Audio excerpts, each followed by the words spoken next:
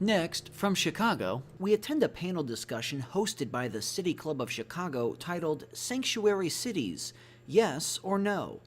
Speakers include Joe Walsh, a former Illinois congressman and current radio show host, Jesus Garcia, a commissioner of the Cook County Board, and Brian McCann with the organization Advocates for Victims of Illegal Alien Crime.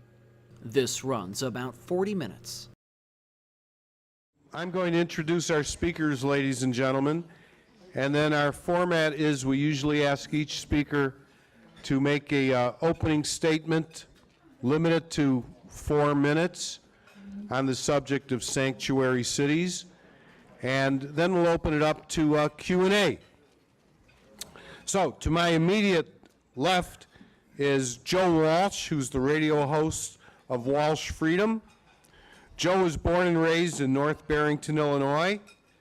He was elected to the United States Congress in 2010. He refused his congressional health benefits and pension, slept in his office, limited himself to no more than 3 terms in office, and held more town hall meetings than any member of Congress. How about that for a factoid? Joe is obviously well known to many of us as a very outspoken, well-known member of Congress, a lead advocate for the balanced budget amendment, term limits, tax cuts, cutting off pay for members of Congress if they didn't pass a budget. Hey, that's very timely, isn't it? Since March of 2013, Walsh has been host of a popular political talk radio show in Chicago, and he is syndicated around the country by Salem Media in more than 100 markets. If you want to visit or listen to Joe live, it's walshfreedom.com. Joe graduated from Barrington High School, attended Grinnell College in Iowa, a BA in English from the University of Iowa, a master's in public policy from the University of Chicago. Joe lives in Mundelein, Illinois, with his wife Helene and their 5 children. Thank you, Joe. Thank you. Sitting next to Joe is a longtime supporter and member of the City Club, the Honorable Jesus Garcia, who currently is the Cook County Board of Commissioner representative for the 7th District, but is also a candidate to succeed United States Congressman Luis Gutierrez. Chuy Garcia was first elected to the county board in 2010. He helped put an end to Cook County's cooperation with ICE, Immigration and Customs Enforcement, by passing an ordinance that prevents county officials from detaining a person based on suspicion of being undocumented. That measure became the first of its kind in the USA, and over 250 localities have followed the lead of Cook County. Chuy was born in Durango in Mexico, came to Pilsen when he was 10 years old. He holds a bachelor's degree in political science and a master's in urban planning from the University of Illinois at Chicago. He served for 3 years as the city's deputy water commissioner, has been elected alderman of the 22nd Ward, served 2 terms in the Illinois State Senate, where he represented the 1st District. He's the first ever Mexican-American elected to the State Senate, and today he lives in Little Village with his wife Evelyn. He has 3 adult children, Jesus, Samuel, and Rosa, and 3 grandchildren. And finally, 6 grandchildren. We added some more in the last year and a half. So. Multiplication, huh? Okay. Old school math. Huh? Old school math. I love that. Okay, God bless them all, Chuy. God bless them. To the far left, Brian McCann. Brian is a retired 34-year veteran of the Chicago Public Schools, taught at Washington High School on the far southeast side of Chicago. He's a lifelong resident from Chicago's South Side, a veteran of the United States Army. He's here with his wife, who's a retired Chicago police officer, I won't tell you when she joined the police department, but let me tell you, she was in the very first class of women admitted as police officers to the city of Chicago. Thank you very much.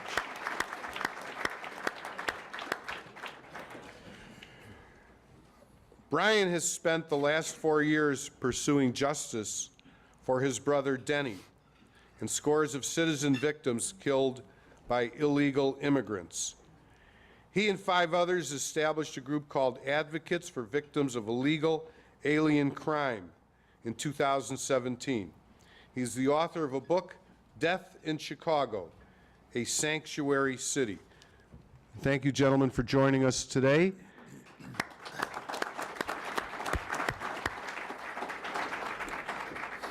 And who would like to begin with their opening statement on sanctuary cities, yes or no? Joe? I'll start. Okay. We'll go this way. Thank you. And thank you. It's great to be here. Chewy and Brian, thank you for joining me up here. Let me do what I do every day on the radio show, see a cop, thank a cop. Thank you to all of our police officers in the room, and let's give a round of applause to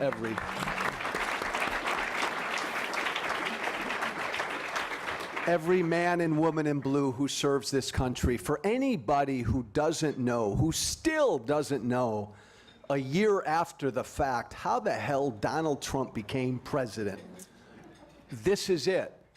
This issue. I believe this issue, more than anything else, put Trump in the White House.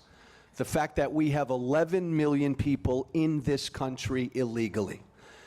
It is an issue that frustrates Americans, white, black, and brown. It's an issue that angers Americans, white, black, and brown. And it's an issue a lot of Americans don't understand. It's an important topic to talk about. This issue isn't going away.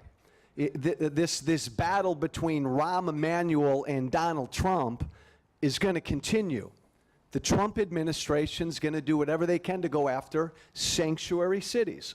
Cities that protect people.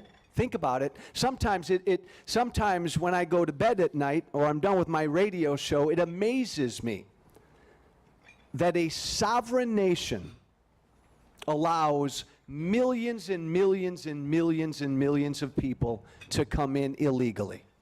This issue, more than anything, put Trump in the White House. And I guess I'd argue, and I'm glad we're having this discussion, this is an issue I think that's only going to get more heated and more emotional because it's that important. It's good to be here. Thank you. Thank you. Commissioner Garcia? So, anticipating that I would be the meat in the sandwich, and to prevent a filibuster at City Club, I have prepared some remarks in order to be disciplined at the suggestion of people who know me, and especially after hearing the opening remarks of the gentleman to my right. Thank you, City Club, for the opportunity to speak with you today about a very important topic, sanctuary or welcoming cities or localities. And of course, it's a pleasure to be here with Mr. Walsh, with Mr. McCann, to discuss this issue. And I know it's a very dear issue and one that has impacted especially Mr. McCann. And again, I reiterate my sympathy and my condolences on the passing of his brother in 2011. Immigrants are an essential part of a healthy economy and quality of life. Illinois has the 6th largest immigrant population, 500,000 who are undocumented. They make up 1/6 of the workforce. According to the Illinois Business and Immigration Council, the font just shrunk, undocumented immigrants in Illinois contribute nearly $500 million in state and federal taxes, an amount that would increase if they were granted full legal status. If they were deported, Illinois would lose over $25 billion yearly in economic activity. It's been shown that immigrants also promote the well-being of the U.S.-born population. High immigrant receiving counties see higher incomes and overall receive less public assistance It is clear that when we protect all residents, significant economic gains are seen. Today, immigration policy is being shaped by fear rather than facts. The truth is that immigrants are less likely than native-born citizens to engage in violent behavior or to be incarcerated. Crime is statistically lower in sanctuary counties. Even the Major Cities Police Chiefs Association has highlighted the importance of working with immigrant communities. Immigration sweeps and workplace raids create a chilling effect. 2017, for example, saw the sharpest drop in 911 calls to Chicago police due to the fear in the community. When ICE officials showing up to doorsteps with the word police on their uniforms, the distrust only grows.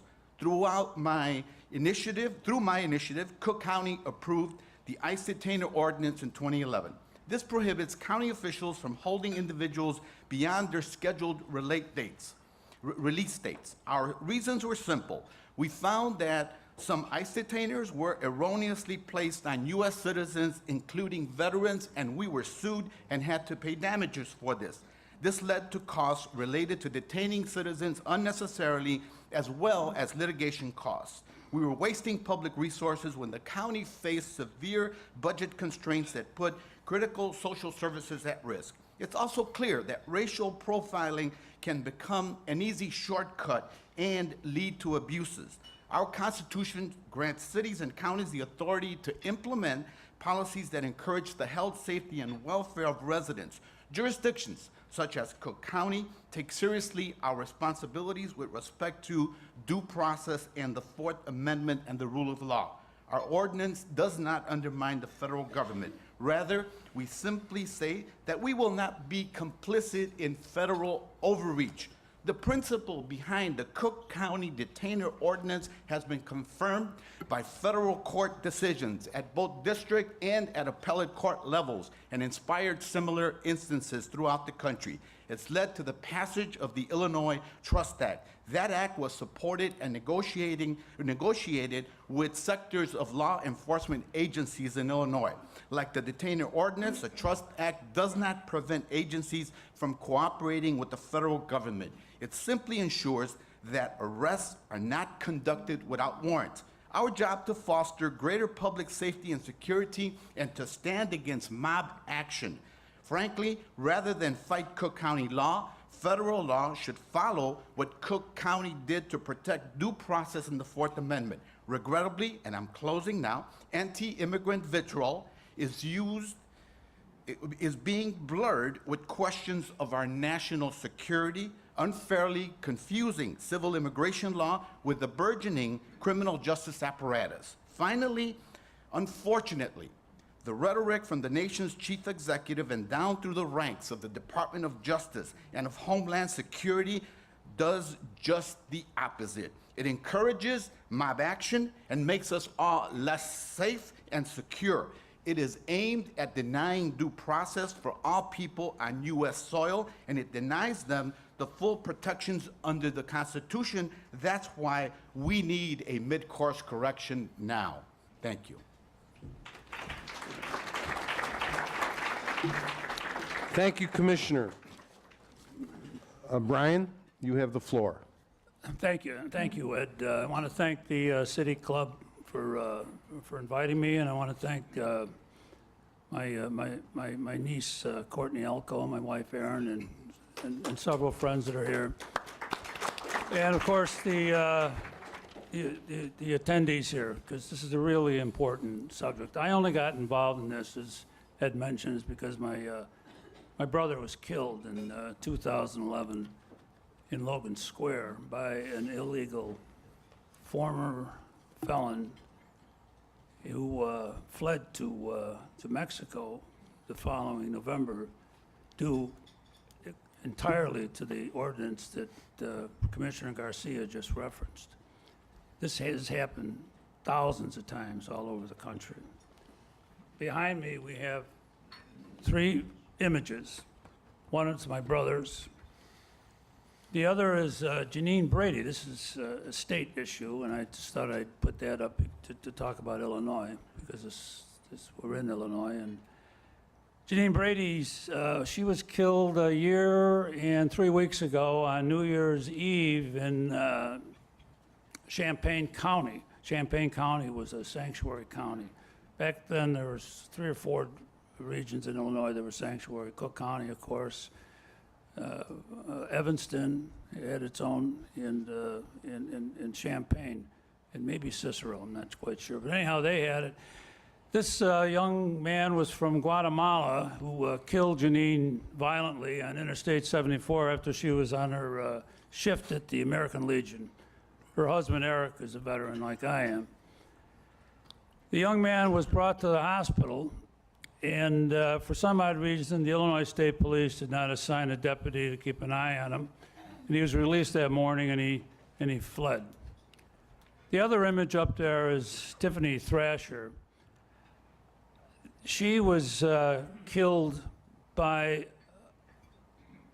an immigrant in Easter Sunday. She was preparing to go to sing in a choir up in Schaumburg.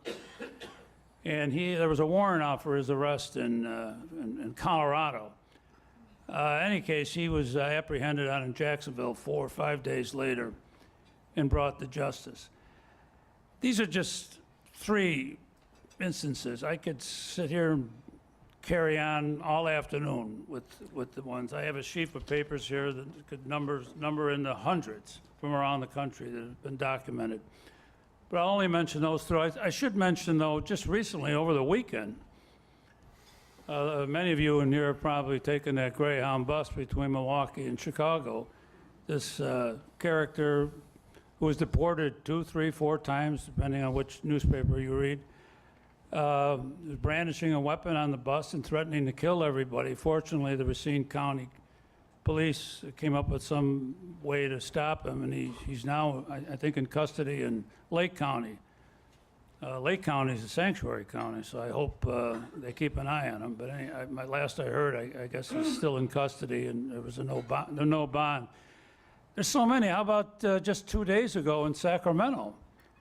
This guy that killed 2 cops, Davis Oliver. I met Mrs. Davis. You tend to meet a lot of other family members when you do this work. He's screaming and yelling in the courtroom after oral arguments that he'd kill cops all day long if he had the opportunity. This is real serious stuff. There's AVIAC, our organization, Advocates for Victims of Illegal Alien Crime. There's 6 of us that started it. We're all over the country, from New England down to Southern California. 2 of us lost siblings. The others lost adult children. These are real angry people, real angry people. We've been to D.C. 4 or 5 times. We were there in D.C. when we started AVIAC at the press club last June, and we were doing radio interviews as well that weekend.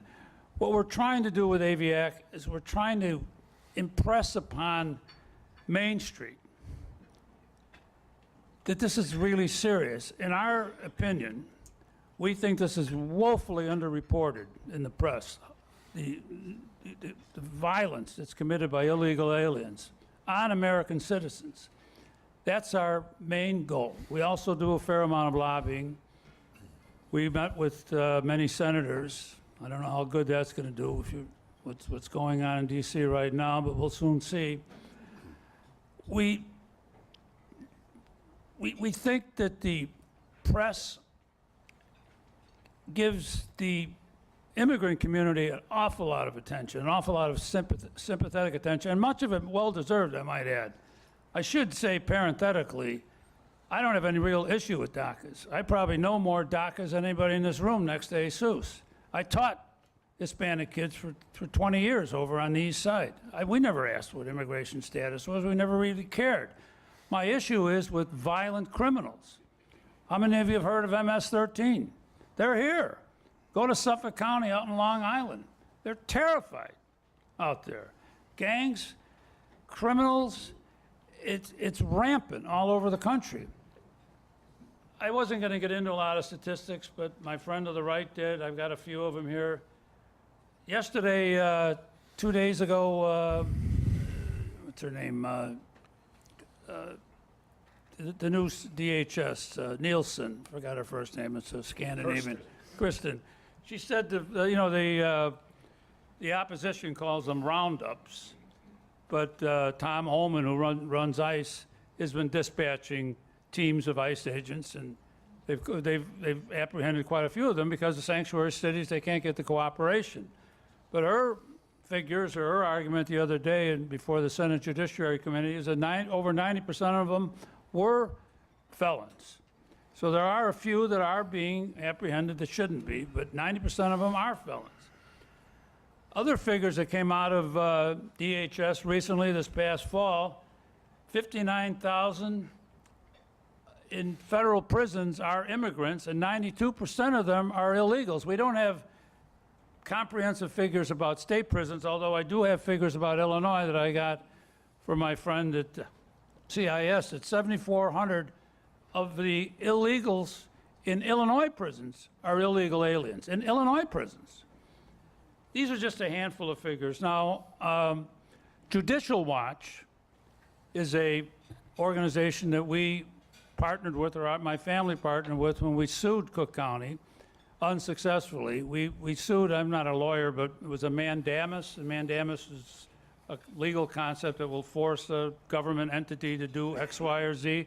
What we were trying to do is force Tom Dart at Cook County to not honor the detainer that Commissioner Garcia and what was it, 9 other commissioners passed back in 2011. And we were unsuccessful. We kept appealing all the way to the Supreme Court, and it was thrown out. They didn't even allow oral arguments. But Judicial Watch recently, they do a lot of FOIAs, Freedom of Information. They came up with a figure just last November that 284 ICE detainers were denied across the United States because of these sanctuary cities. And that was only in the first 3 months of 2017. Now, contained in that were several from Cook County. The exact number I forgot to bring with me, but it was 15, 20, I could be wrong. I should have brought those figures.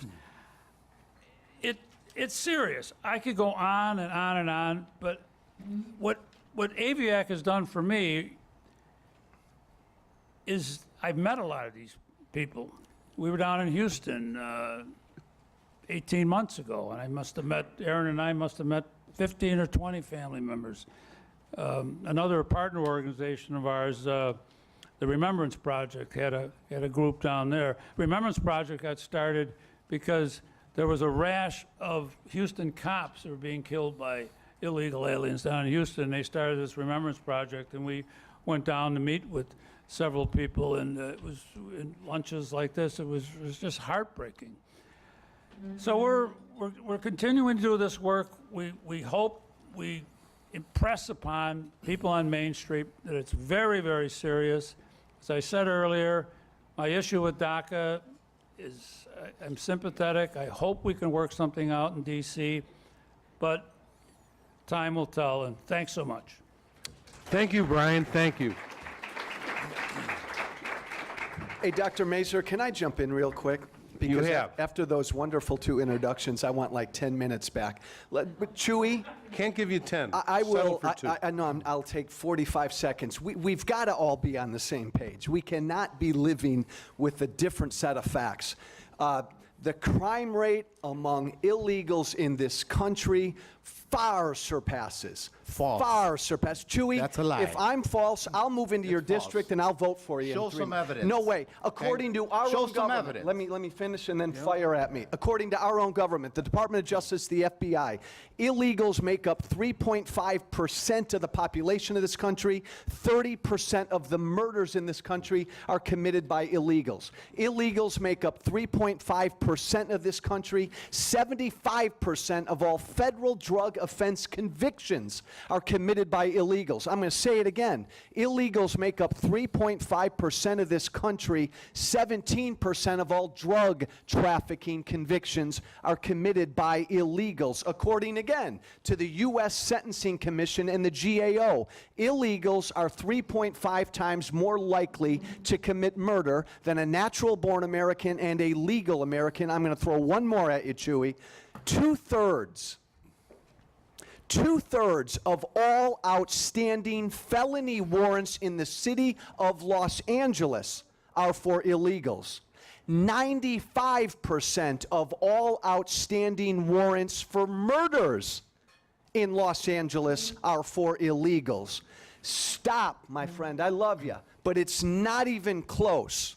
The crime rate, the murder rate, the rape rate, the drug offense rate for people in this country illegally far surpasses the natural-born population. And last point, far surpasses legal immigrants. When we talk about this topic, sanctuary cities, what are we going to do for people in this country illegally? We always forget about people who are here legally.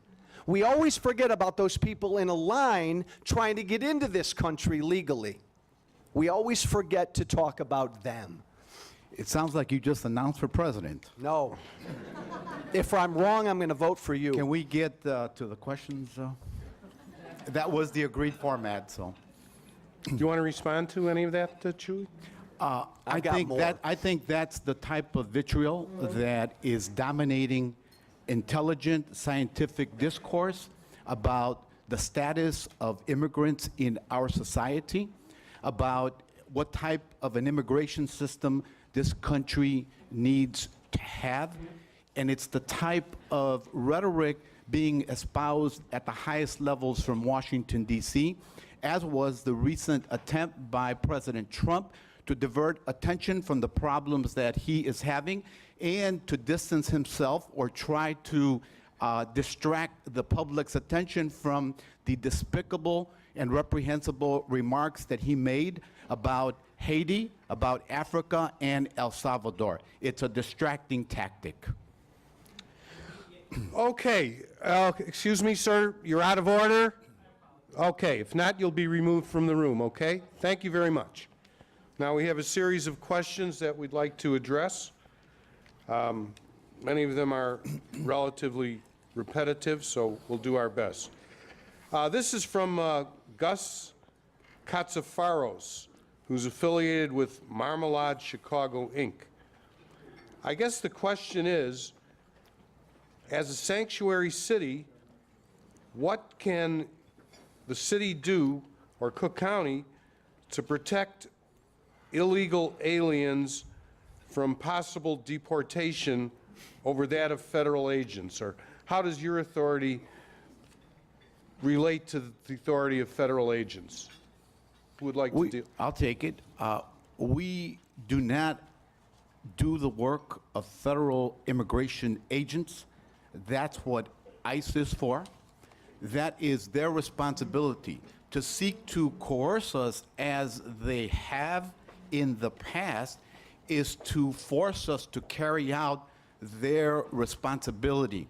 The 10th Amendment has protections against commandeering by the federal government of states and local governments.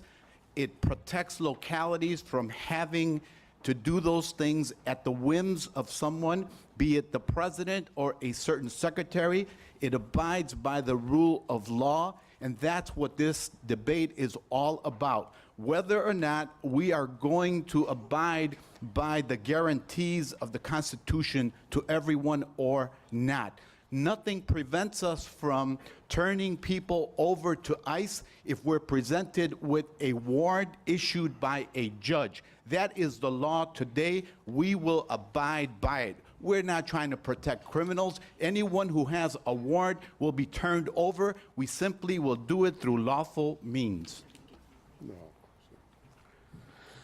Okay, this question is from Mr. Wayne.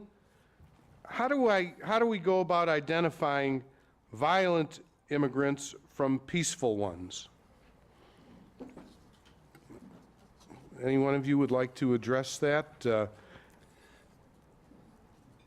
Look, the problem is, I think it was 2016 was the last time the feds, and Chewy's right, immigration is a federal responsibility, okay? Sanctuary cities prevent localities from cooperating with the feds, plain and simple. There was a snapshot done, I think, in 2016 they found about 10,000 illegals were being protected by sanctuary cities, and of those 10,000 illegals, about 62% were violent criminals. Rahm Emanuel knows. When Rahm Emanuel says Chicago's a sanctuary city, he knows what he's doing. See, this whole discussion is like mind-boggling. And I don't want to sound like Donald Trump, are we a sovereign nation or not? Do we have a border or not? If we don't, just get rid of it. If you want to get rid of the border, just get rid of it. And say that anybody and everybody can come here. But if you're going to have a border, you have to protect it. And by the way, this issue of sanctuary cities, I don't like federal tax laws, Tom Donovan. I'm going to stop paying my taxes. I want sanctuary from our federal tax laws. How about that? I think they're unfair. 300 some jurisdictions around the country can just thumb their nose at our immigration laws? That's where we're at in this country right now. And Trump is right, by the way, to have his Justice Department take the money away from Chicago. Money that, by the way, is designated to help localities cooperate with the feds on immigration. I didn't realize that until I was in Congress. The Justice Department gives Chicago money every year so that Chicago can cooperate with the feds on immigration. Chicago's a sanctuary city. They don't cooperate with the feds. So why are they getting that money? They shouldn't.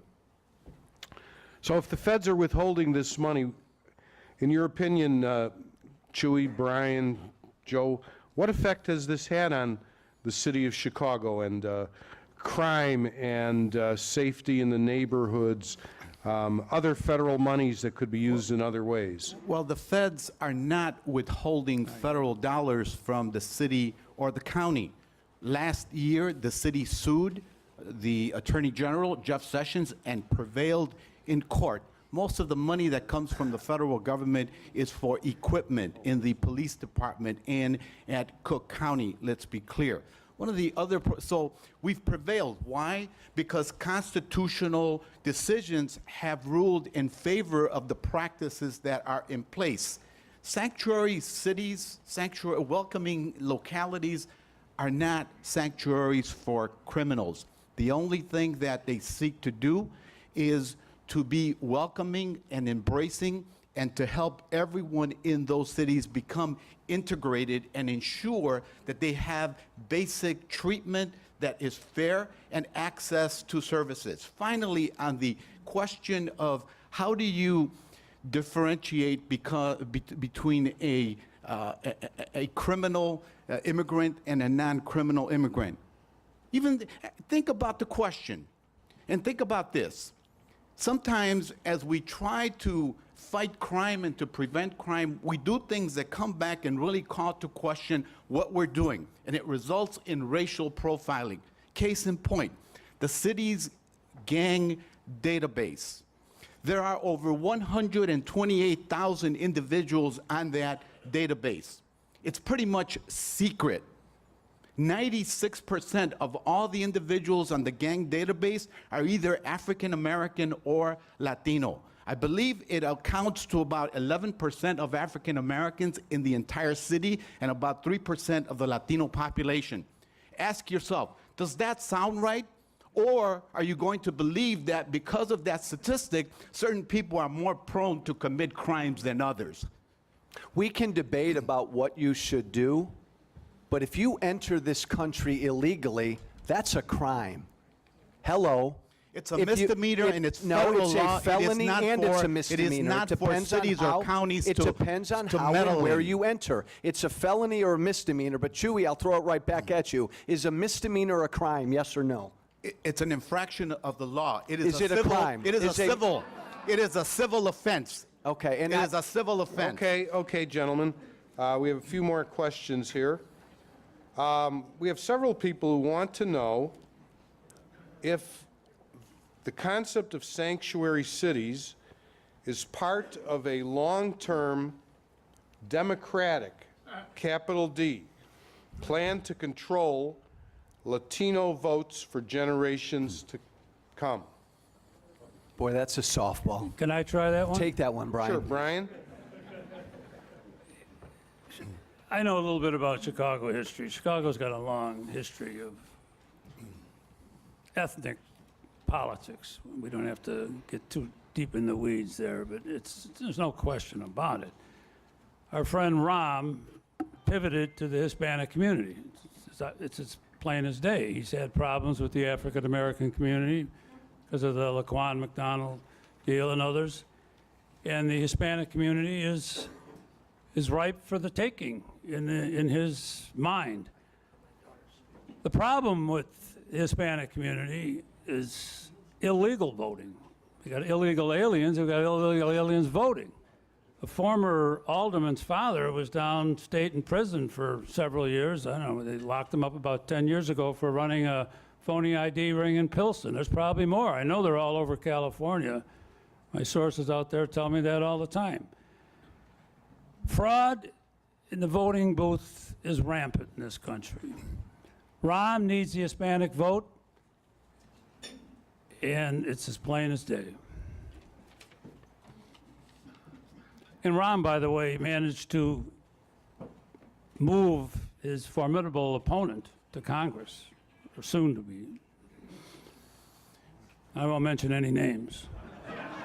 I resent, first of all, your simplistic characterization of Latinos and immigrants as being so gullible to be related to one action, the defense of protecting people's civil rights by the city administration or the county, as if that were going to determine an entire community's political instincts or what they're going to do electorally.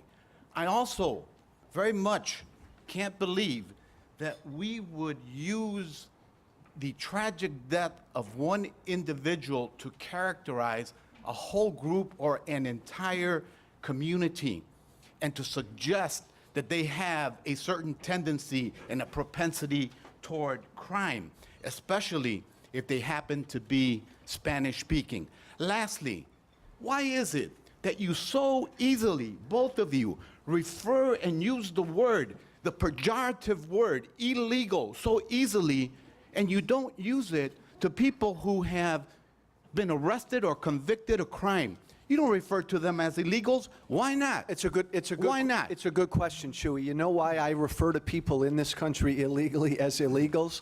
Because I have too damn much respect for immigrants who are in that line outside this door trying to get into this country legally. I have too much respect for the average person around the world who wants to be an American.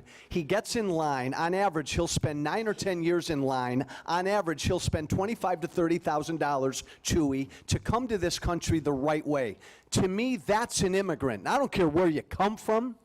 I don't care what color you are. Look, Chewy, it's not racist for me to say Chicago has a violence program, a violence problem. Almost all the violence in Chicago is black on black. That's a fact. It's not racist to say that. When I tell you that according to our own government, illegals that make up 3% of the population commit 30% of the murders in this country, that's not vitriol. That's a government statistic. It's a false statistic. It's I'll a false statistic, and I would offer proof of it, okay? I don't have it on me, but I will refute your statement. If I'm wrong, I will come to your district and vote for you. I will move to your district and vote for you. We don't need your vote. Joe. Hey, Chewy, the way that district looks, you don't. Okay, we have time for just one or two more questions, gentlemen. One more, thank you. This is from City Club member Mark Weiermuller. Do you have any thoughts on allowing some dreamers green cards, but who could never be citizens or allowed to vote? Go ahead, guys. Brian, you want I took a look at a summary of the Goodlatte bill. Goodlatte's the chairman of the House Judiciary Committee. And I think what's contained in that bill, which was released about 2 weeks ago, is that they would give the Dreamers a 3-year extension of some kind, but it wouldn't be amnesty necessarily. I'm somewhat okay with that. It's going to take a while to figure this out. So And my only response to all of the dreamers in DACA and everything else is, I don't want to have a discussion until we secure the border, period. Secure the And- border, period. And then talk about all of these other legitimate issues. 8 of 10 Americans support DACA and allowing individuals, the DACA class of young people, to obtain a green card and a path to citizenship. Number 2, if you haven't been to the border, you should be to the border. And you'll see the billions of dollars that have been invested. It's part of the reason why migration is almost at a standstill from Mexico. You will see huge walls, you will see fencing, you will see surveillance equipment, you will see helicopters, you will see some of the most advanced technology systems in the world. By the way, to Chewy's point, migration from Mexico has almost stopped because of that guy in the White House. They pay attention. Donald Trump said, I'm going to do something about it if I win. The reason that illegals are not trying to flood over our southern border right now is because they know Trump's serious about it. They're not coming up. Well, let's give our panelists a big round of applause.